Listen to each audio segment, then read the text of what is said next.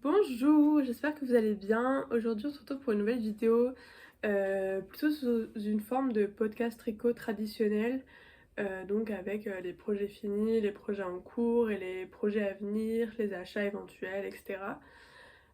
Avant ça, je voulais parler de mon absence depuis ma première et unique vidéo. En fait, déjà j'ai passé mon diplôme que j'ai eu, mais du coup j'ai pas pu tricoter pendant super longtemps. C'était bien dommage, j'étais très frustrée, mais c'est bon, c'est fini, donc ça fait déjà une semaine là, j'ai repris, ça va mieux, voilà. Mais c'est pas la seule raison qui a fait que j'ai pas filmé dernièrement. J'avais commencé à filmer un vlog par rapport à un pull que je monte dans la dernière vidéo. C'était un pull rouge à torsade que vous allez voir après, mais j'avais commencé à filmer un vlog, j'avais filmé plein de trucs et tout, c'était vraiment pas mal.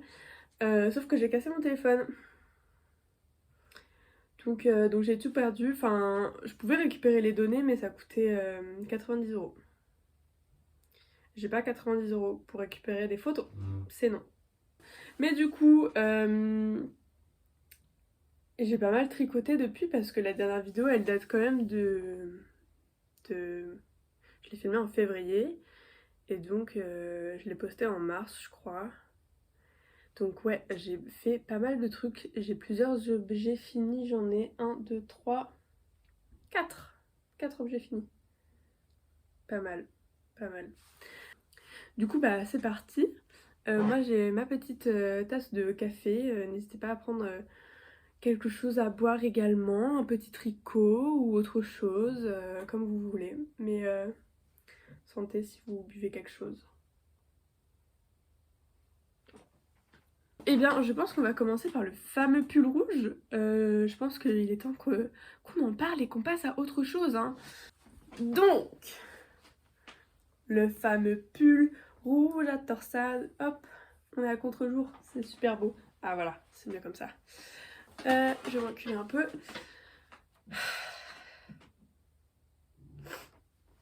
Alors déjà, qu'est-ce que c'est comme pull? J'ai mes notes à côté, donc si jamais je regarde par là, c'est que je regarde mon ordi. Je vais le rapprocher d'ailleurs parce que je suis un peu myope, ça se voit. Du coup, c'est le sweater numéro 25 de My Favorite Things Knitwear. Et je l'ai tricoté dans une laine que j'avais trouvée à Emmaüs. Elle m'avait coûté genre 20 € et j'avais 2 kilos de laine. Donc vraiment gratuit quoi. Non, c'est pas vrai. Pas du tout. Mais vraiment très peu cher. Genre ça revenait à 1 € la pelote de 100 grammes du coup si on fait les maths. J'ai énormément modifié le patron, mais vu que ça date de mars et avril, bah, je me souviens pas trop de ce que j'ai fait.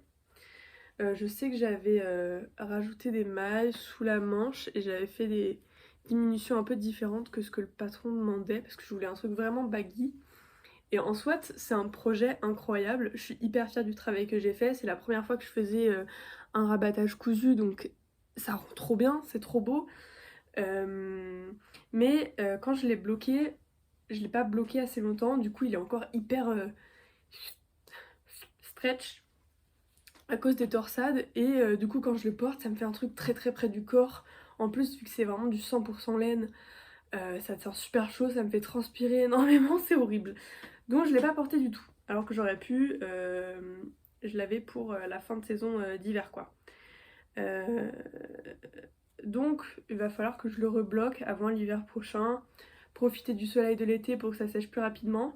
Parce qu'en fait moi l'effet que j'aimerais c'est vraiment que ce soit genre style un pull que j'ai trouvé en friperie, qui est bien vintage, qui a déjà 15 ans de vécu. Et du coup pour ça il faudrait que les torsades elles soient toutes aplaties, toutes étirées comme ça. Voilà. Sauf que c'est pas du tout le cas. Je vais vous insérer des vidéos de moi qui porte chaque objet à chaque fois, enfin chaque tricot. Vous allez voir que... Enfin, j'imagine que je vais le foutre ici. C'est pas ça quoi. C'est pas mon pull qui a 15 ans dont je rêvais quoi. Mais ça le sera un jour. Ça le sera un jour. J'en suis très contente quand même. Ah, je vais éternuer. D'ailleurs, si je renifle, c'est parce que je suis allergique au pollen. On passe au projet d'après. Ça c'est mon deuxième objet fini, tricot fini. J'ai pas du tout utilisé de patron pour ça. Je pourrais même pas vous dire quelle laine j'ai utilisée parce que c'est une laine que j'avais achetée chez Action il y a super longtemps. C'était un mélange d'acrylique et un tout petit peu de mohair. Et du coup j'ai utilisé les mesures d'un pull que j'ai déjà pour faire mon petit pull. Donc qui ressemble à ça. Et en fait à la toute fin j'ai manqué de cette laine bleue. J'étais arrivée vraiment au bout de ma manche. Il me restait vraiment genre peut-être juste les côtes à faire et les finitions quoi. Et du coup je me suis dit que j'allais acheter une laine un peu contrastante pour faire un petit pop de couleur. Donc j'ai trouvé ce jaune moutarde qu'on voit pas très bien parce qu'encore une fois on est un peu contre-jour. Mais voilà. Et du coup pour vraiment assumer le look couleur un peu pop, j'ai rajouté du coup sur le coude de l'autre manche en broderie du coup en duplicate stitch. J'ai brodé par-dessus pour faire un petit patch comme ça de renfort pour le coude. Et franchement, je trouve ça trop cool. Je pense que sur d'autres projets, je vais refaire ça et juste avoir deux petits patchs sur les coudes parce que c'est trop mignon. Et j'ai aussi rajouté une petite poche. Concrètement, elle sert à rien, hein, mais c'est trop mignon. Et qu'est-ce que j'ai fait de particulier sur ce pull? On a les petits rebords vous savez le truc hyper à la mode en ce moment avec les petits rebords qui remontent comme ça, qui roulotte et les petites côtes pour empêcher que ça remonte trop. Voilà, super simple, basique mais un peu fun quand même. Je suis très contente. Je l'ai pas mis énormément pour l'instant mais je le mets quand même de temps en temps et surtout il a été super rapide à faire parce que c'est une très grosse maille. Je sais plus du tout en quelle aiguille j'avais tricoté ça mais peut-être en 6 je pense. On va dire que c'est du 6 ouais. Voilà. Trop cool, je suis très contente. Avec du recul aujourd'hui, je crois que je regrette un peu le choix de ce jaune. Peut-être il aurait fallu un truc un peu moins chaud ou alors beaucoup plus chaud parce que là je trouve que c'est un entre-deux un peu bizarre. Mais bon, je vais pas changer, je le porterai quand même. Très fun, voilà.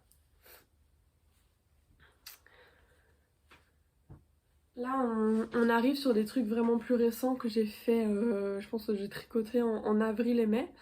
C'est donc le mini short de... Ça c'est le dos. Non ça c'est le devant.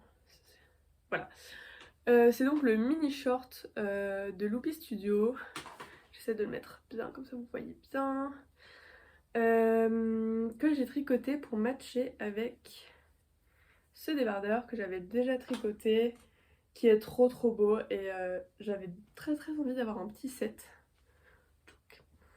Ce débardeur là, je vais pas pouvoir vous le dire de mémoire, c'est un débardeur de la créatrice Anne-Sophie Sorensen, je sais pas comment on prononce son nom, et il s'appelle le Barco Top. J'ai fait les bretelles un tout petit peu trop longues donc j'ai dû faire des petits nœuds mais ça me dérange pas. Je mets ça derrière, je le vois pas, je m'en fous. Mais voilà, il est trop mignon. Pour la laine, j'ai pas préparé la petite pelote, j'arrive. Donc la laine que j'ai utilisée, c'est la fil d'art, fil rustique en couleur kaki. C'est un mélange de coton, viscose et de lin. Donc 65% coton, 25% viscose et 10% de lin. Et dans le patron de Loopy Studio, du coup le micro short ou mini short, je sais plus comment elle appelle ça. Qu'est-ce que j'ai noté? Mini short, je crois que c'est micro short le titre. Elle explique que c'est pas le genre de matière qu'il faut utiliser pour ce genre de patron là parce que le coton et le lin ça garde pas très bien sa forme, ça retient pas sa forme. Donc ça a tendance à beaucoup se détendre alors que des laines, du mérino, ce genre de choses là, elle donne plein d'explications par rapport à comment ça peut garder sa forme. Donc c'est vrai que c'était pas exactement la laine adaptée pour ce patron, mais je rentre très bien dedans, il me va très bien. Je vais juste rajouter un petit élastique autour de la taille parce que la taille effectivement a tendance à bailler, enfin ça se voit même que c'est un peu mou quoi, enfin ça garde pas très bien sa forme. Mais à part ça, c'est top. Et de toute façon, je voulais pas utiliser autre chose parce que je voulais vraiment que ça matche avec le débardeur. Donc je l'ai fait en connaissance de cause. C'est pas... Voilà, c'est un choix que j'assume. Je savais que je finirais par mettre un élastique dedans. Mais j'en suis quand même trop contente. La couleur, elle est dingue. J'ai trop hâte de porter ça en rentrant de la plage ou le soir quand on va dîner. Ça sera super. J'avais envie de vous montrer un autre projet de la même créatrice, donc Anne-Sophie Sorensen. Je vais prononcer ça comme ça parce que je sais pas comment faire autrement. C'est un truc que j'avais tricoté vraiment l'année dernière. Pareil, comme le débardeur, je l'ai tricoté il y a un an, je pense. Donc un autre patron d'elle que j'adore, qui est le Dagmar Crossbody. Donc c'est un petit sac, comme ça, il est trop beau, avec un petit arrondi là. Je suis hyper contente de ce petit sac. Je l'ai fait en laine, une bonne laine très rustique. Je l'ai mélangé à d'autres laines que j'avais, des petites tuiles pour faire du contraste, un peu de texture. Mais c'est principalement de la laine et du coup c'est hyper chaud. Donc c'est plutôt un sac d'hiver. Je savais pas que ça pouvait exister, mais un sac d'hiver du coup. Et j'ai rajouté ces petites fermetures là qui sont pas dans le patron.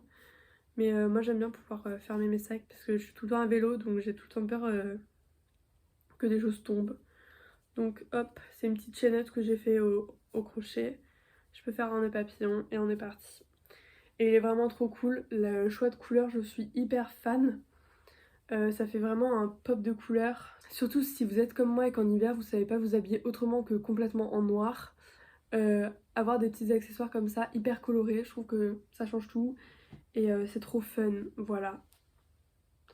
Je suis très contente. Mais ça, je l'ai tricoté vraiment il y a super longtemps, du coup, plus d'un. Pas du tout actuel, mais vu que je parle de cette créatrice-là, je me suis dit que ce serait l'occasion de vous montrer ce petit sac, voilà. Du coup, je sais pas si je l'ai dit, c'est le Dagmar Crossbody, je crois que je l'ai déjà dit. Ok. Et ensuite, on va passer au dernier projet fini que j'ai fait pour mon diplôme. Parce que du coup, petite mise en contexte, je suis étudiante aux Beaux-Arts. Donc j'ai une pratique artistique et alors du coup pour mon projet de diplôme j'ai construit un chapiteau dans lequel on écoute ma musique et j'ai un peu améublé, j'avais fabriqué une petite étagère et j'ai aussi fait du coup un tapis. Il est en crochet mais bon ça rentre donc c'est un tapis, il fait 1,20 m de long, 1,25 m peut-être. Je vais insérer des photos du tapis dans mon chapiteau. Ah, c'est le dos. Voilà. C'était super long. Je me suis chronométrée à la fin. Sur les derniers rangs, ça me prenait entre 30 et 35 minutes. Donc à la fin, vraiment, j'en pouvais plus. J'ai même changé de point parce qu'au début, je fais juste un point simple et puis après, je les espace un peu. Enfin, j'ai fait, bref, des points de chaînette en l'air entre mes points. Je connais aucune terminaison aucune terminologie en crochet, excusez mon vocabulaire, mais voilà. Et donc je suis juste partie d'un petit rond que j'ai agrandi, agrandi, agrandi, agrandi, et j'ai utilisé, je sais pas si on va bien, si vous allez comprendre, mais en gros à l'intérieur, j'ai du rag yarn, donc c'est un gros fil fait à partir de chutes de tissu. Là j'ai utilisé des t-shirts que je portais plus, et je tricote, pardon, je crochette autour avec mes restants de laine. Voilà, donc j'en avais pas mal. Et je suis hyper contente de ce crochet, de ce tapis là. Je pense qu'il pourrait très bien servir en plaid parce qu'il tient vachement chaud du coup avec toutes ces couches de laine, d'acrylique, de tissu à l'intérieur, etc. Et il est hyper lourd aussi donc c'est très agréable. Donc peut-être qu'il finira sur mon canapé bientôt. À voir. Et ça c'est le dernier objet fini. Après ça, du coup j'ai deux projets en cours parce que pour me féliciter de mon diplôme, je me suis acheté deux kits sur le site de l'année tricot que j'ai découvert cette année. C'est une petite boutique à Grenoble qui ont aussi un site internet et ils ont des super kits de tricot avec des laines incroyables. Je suis hyper contente d'avoir trouvé ce site là parce que avant ça j'achetais que principalement sur le site de Fil d'Art et c'est pas des laines de très très bonne qualité hein, on est d'accord, c'est souvent des mélanges à base d'acrylique et bon il y a un peu de laine dans toute leur composition mais c'est jamais des laines de très très bonne qualité. Tous les projets que j'ai fait avec leur laine ils boulochent énormément donc j'avais du mal à trouver des sites, des petites boutiques surtout sur lesquelles je pouvais commander des bonnes laines de qualité et du coup je me suis dit que tester ces kits ce serait une très bonne idée pour tester ces nouvelles laines. Bref, je vais vous montrer le premier que j'ai hyper bien avancé, que j'ai commencé il y a 1 semaine et demie. J'ai charbonné, j'ai vraiment charbonné. Je vous l'apporte. C'est donc le Traveler's Cardigan de Ozeta dans la laine Manchelopi de Wool Dreamers, qui est une laine non retordue, donc c'est une laine peignée. J'avais jamais tricoté avec ce genre de laine là et j'ai mis beaucoup de temps à m'y adapter hein. Franchement c'était un peu compliqué au début, je faisais un peu n'importe quoi mais incroyable. Franchement elle est magnifique. Je vous ai pas montré le tricot mais du coup voilà où j'en suis. J'en suis aux côtes du bas, il me reste encore un bouton à faire et non j'ai déjà fait le bouton. Il me reste juste à faire 4 rangs je crois, puis après je rabats. C'est une laine absolument magnifique. Mais comme dit, j'ai mis beaucoup de temps à m'adapter parce que du coup, si vous connaissez pas les laines non retordues, c'est vraiment une petite mèche. Attendez. Comment vous montrer? Voilà, et ça se... Dès qu'on tire dessus, ça se défait. Parce que du coup, elle est pas retordue. C'est une laine qui est très fragile quand elle est pas tricotée, quand elle est sous sa forme de pelote. Mais c'est le fait de la tricoter qui lui donne toute sa force, toute sa résistance qui la retord en fait en tricotant. Et c'est magnifique. Et normalement ça a un très très beau gonflant au blocage, donc j'ai hâte d'être à cette étape pour voir ça. Ce cardigan vous le verrez sûrement dans une autre vidéo quand il sera fini, j'ai très très hâte. Alors oui on est en juin et je tricote un cardigan en laine. C'est pas grave, c'était l'envie du moment donc je me suis écoutée mais bon je le porterai pas avant l'automne quoi, c'est pas grave, c'est pas grave. Au moins je l'aurai dans ma garde-robe. Voilà, le premier, parce que oui, le prochain projet en cours c'est aussi un cardigan. Donc toujours sur le site de l'année tricot, cette laine là, oh je sais plus ce que c'est. Je reviens. Voici la laine que j'utilise. C'est une donc laine, 100% laine d'Espagne, comme la Manchelopi. C'est la Pastoretta de Xola. Je pense pas bien prononcer du tout tout ça, mais je tricote du coup le cardigan. Comment il s'appelle? Le Tarayuela. Le Tarayuela cardigan? Cardigan Tarayuela? Je sais pas comment ça se prononce du tout. De Audrey Borrego. Voilà, donc c'est un cardigan qui est proche du corps avec 2 panneaux de dentelle sur les 2 côtés avant la boutonnière. J'en suis qu'au début, mais mon dieu que c'est beau. Je pense pas avoir déjà tricoté quoi que ce soit en figurine. Mais du coup c'est un projet qui va me prendre énormément de temps. Mais tant mieux parce que ça veut dire qu'il sera pas prêt avant cet automne. Il sera prêt juste à temps finalement. C'est top. J'ai pas du tout l'habitude de travailler avec des laines aussi fines. Donc pour moi c'est vraiment un délice. Un délice de voir... Ça donne un tissu qui est hyper beau. Donc ça c'est pas négligeable. Même si ça va clairement tester ma patience. Soyons honnêtes. Mais bon, je pense que c'est vraiment pour une bonne cause parce que c'est un patron qui est super beau. J'ai pas beaucoup de cardigans, du coup comme je disais avant, et j'en ai surtout pas des aussi beaux avec de la dentelle et tout. Enfin c'est pas de la dentelle, c'est des torsades. Mais voilà. Et j'ai pas dit la couleur. La couleur c'est MEL. MEL. Du coup je le tricote en 3.5 parce que je tricote hyper serré, surtout avec une laine aussi fine. Le patron demande une 3 mm, des aiguilles 3 mm. Moi je tricote vraiment trop serré, donc je suis passée sur des 3.5 mm. Voilà. Et je crois que c'est tout. Je crois qu'on arrive vers la fin. Est-ce que j'ai fait des achats? Non. Enfin, à part là, les 2 projets en cours que j'ai acheté, donc j'ai acheté la laine, pour lesquels j'ai acheté la laine vraiment il y a 2 semaines. J'ai pas fait d'autres achats, si. Mais c'est pas du tout de la laine. Je peux vous montrer ça. Parce que c'est un peu en rapport avec le textile. Vous allez voir. Vous allez voir.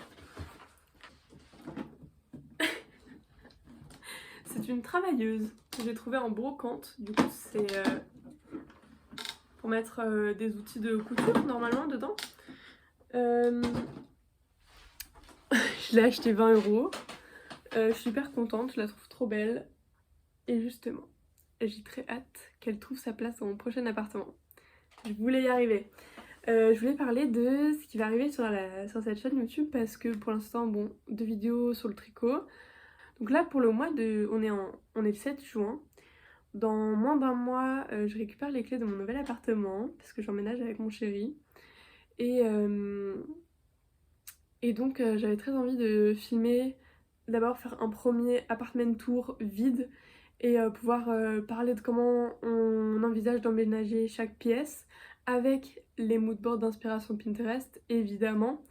Ensuite de faire un vlog pour le déménagement et ensuite de faire des vlogs de décoration. Donc si ça vous plaît, n'hésitez pas à rester. Mais c'est pas tout, parce qu'en juillet je pars 2 fois en vacances.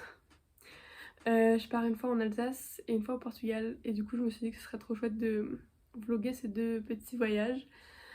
Petits dans le sens où ce sera cosy, pas dans le sens où je les minimise, hein, on est d'accord, c'est trop bien, c'est génial.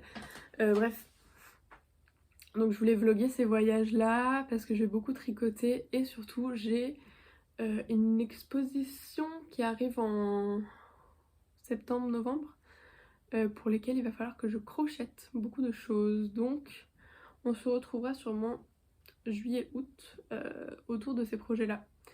Donc le déménagement, du crochet pour l'Inexpo.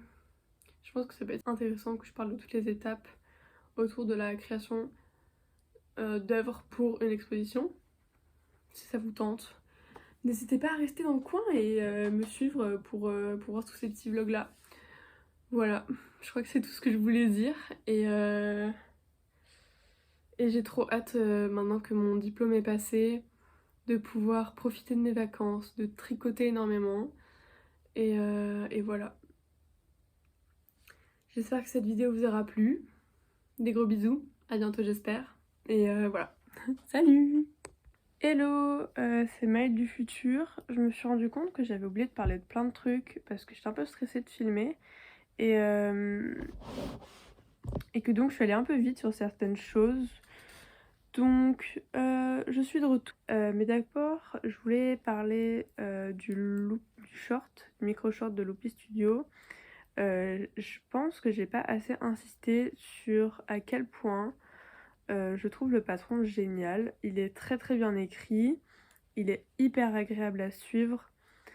En plus, pour chaque taille, on a une page dédiée, donc c'est pas mélangé. Tu dois pas surligner ta taille pour pas te tromper. Donc ça, je trouve ça vraiment génial. C'est vraiment très très simple à faire. Vraiment super bien écrit, donc si jamais vous hésitiez à le tricoter, je recommande vraiment vraiment. Et puis il y a genre plein d'explications sur comment le modifier, comment l'ajuster, des petits trucs, des petites centriques, enfin vraiment il est hyper complet. Voilà, il est vraiment génial et je pense que vraiment j'ai pas appuyé assez sur à quel point je le trouve cool et à quel point j'ai apprécié le tricoter. Voilà. Ensuite, vous me voyez tricoter ce beau cardigan. J'en ai pas parlé beaucoup non plus. Du coup, là, je suis en train de finir les côtes du bas.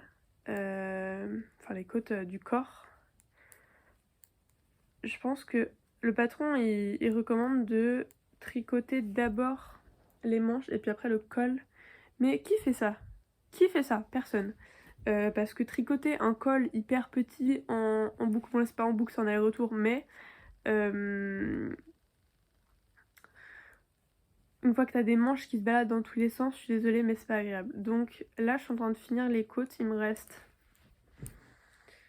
combien de rangs? 4 rangs je crois. Là je suis en train de faire le premier des 4 qui me reste. Attendez je vérifie. Oui c'est ça. Je trouve que le patron est aussi hyper bien écrit. Il est très très détaillé. Il est hyper simple à lire. Pour comparer, le Norma Sweater par exemple que j'avais tricoté, enfin tous les patrons de My Favorite Things Knitwear, je les trouve écrits avec le pied. Mais je les trouve hyper désagréables à tricoter. Surtout le Norma Sweater, c'était horrible. Le pull il est hyper beau, je suis hyper contente de l'avoir, mais mon dieu, c'était difficile hein. Surtout que c'est la première fois que je faisais du color work. C'est la première fois que je faisais beaucoup de choses même, enfin des rangs raccourcis, tout ça. J'étais pas hyper à l'aise avec toutes ces notions là en tout cas. C'était dur, oh c'était dur. C'est pas vraiment, je suis pas vraiment fan. Alors que là, Loopy Studio et Ozeta, je trouve que c'est une autre paire de manches clairement. C'est tellement plus agréable à suivre et à tricoter. Donc voilà, je recommande à peu près 1000 fois. Bon après le Traverse Cardigan, c'est pas une nouveauté, c'est pas, enfin, il est très connu quoi. Et à juste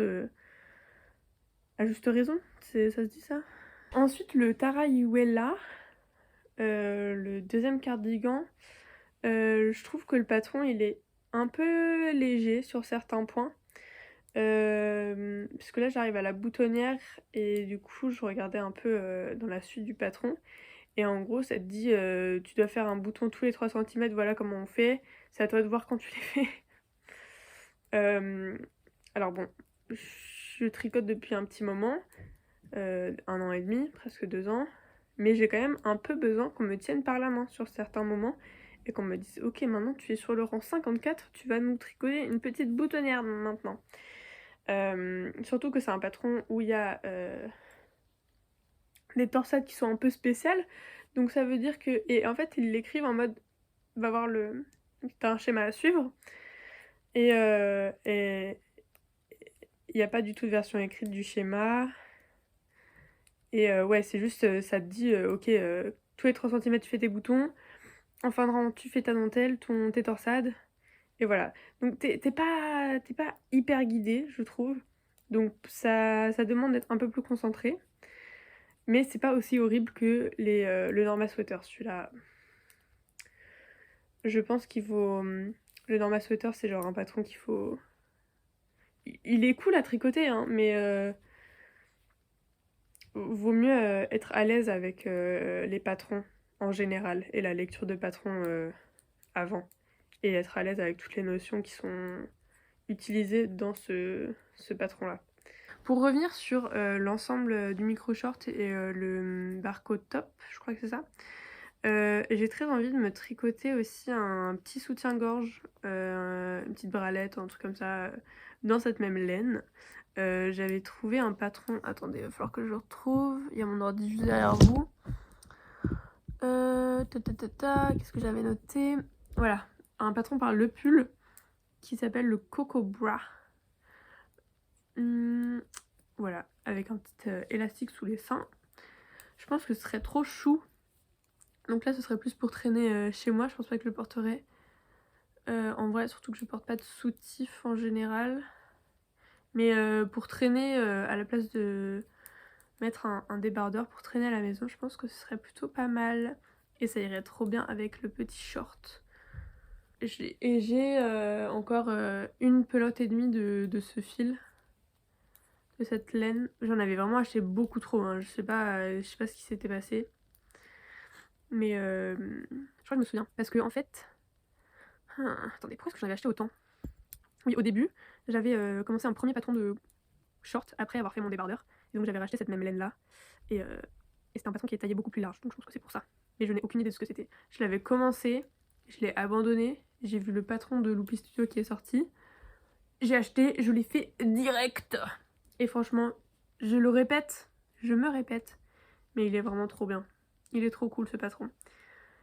Et je pense aussi en retricoter un plus tard avec mes restants de laine. Je pense que ça pourrait être très très fun et du coup ce serait plus dans les laines indiquées, genre avec des chutes d'acrylique, de laine, des mélanges de ce genre là. Donc qui garderaient beaucoup mieux leur forme, mais beaucoup plus chaud pour l'été. Mais j'ai très envie de tester quand même. Voilà, c'est les deux projets que je me vois bien faire après avoir fini ce cardigan là. L'autre cardigan, le Tarayuela, je pense que c'est vraiment un truc que je vais traîner sur le long terme. Surtout que pour l'instant c'est très facile à trimballer. Contrairement à celui-là que je tricote actuellement, vu la nature de la laine, c'est pas un truc que tu mets dans ton sac et que tu trimbales partout. Mais pour l'instant j'en suis vraiment contente. Et puis par rapport aux endroits que j'ai tricoté vraiment au début, malgré tout le frottement et tout, bah ça feutre pas du tout pour l'instant, ça peluche pas du tout parce que parfois, certaines laines, même avant que t'aies fini ton projet, la laine elle bouloche déjà et ça c'est vraiment détestable.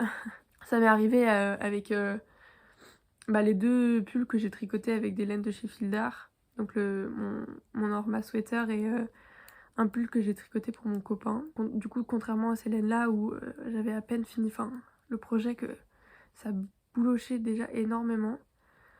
Donc ça, c'est vraiment désespérant quoi. Quand tu... En plus, c'est des laines un peu chères quand même, souvent. Pour le Norma Sweater, j'avais utilisé la file Partner en 3,5 je crois. Il propose deux tailles dans cette qualité de laine-là. Il y a la file Partner 6, du coup pour des aiguilles de 6 mm. Et je crois que c'est fil partner 3 ou 3,5, en tout cas, l'un des deux. Ce genre de taille là quoi. Et cette laine là, elle peluche, mais tellement, c'était tellement triste alors que je venais de me casser la tête sur un patron qui était du coup très compliqué à lire pour moi. C'était hyper frustrant. En plus, c'est un truc très très long aussi à tricoter. Bref, ce genre de laine là, qualité, ça se voit. Après, bon, je pourrais vous faire un retour dans quelques mois pour vous en reparler si vous voulez. Vous montrer comment ça s'est bloqué et comment ça dure dans le temps. Mais ouais, on voit tellement la différence quoi. C'est une dinguerie. Voilà. Et puis pour revenir sur les projets à venir, des projets qui sont géniaux à faire, surtout en été, quand on voyage, c'est des chaussettes parce que ça prend pas de place. T'as tes toutes petites aiguilles dans le sac et puis c'est parti. Donc, puis moi je n'ai fait qu'une seule paire de chaussettes. Je crois que c'était autour de Noël dernier. Ouais, c'était Noël parce que j'ai eu ma laine à chaussettes et mes aiguilles à ce moment-là. Donc je n'ai qu'une seule paire de chaussettes tricotées par moi-même et c'est mes premières chaussettes donc elles sont vraiment pas parfaites du tout, mais j'ai très très envie d'en tricoter d'autres. Donc je pense que cet été ça va être mes petits compagnons de voyage. Je sais pas si je vais utiliser j'ai pas de patron particulier en tête. De toute façon je vais faire des chaussettes hyper classiques. Peut-être jouer un peu sur la couleur et faire des blocs de couleurs selon les différentes sections, mais je pense pas aller beaucoup plus loin que ce genre de choses là. Ce sera des trucs très très simples, simples et efficaces comme on dit. Voilà.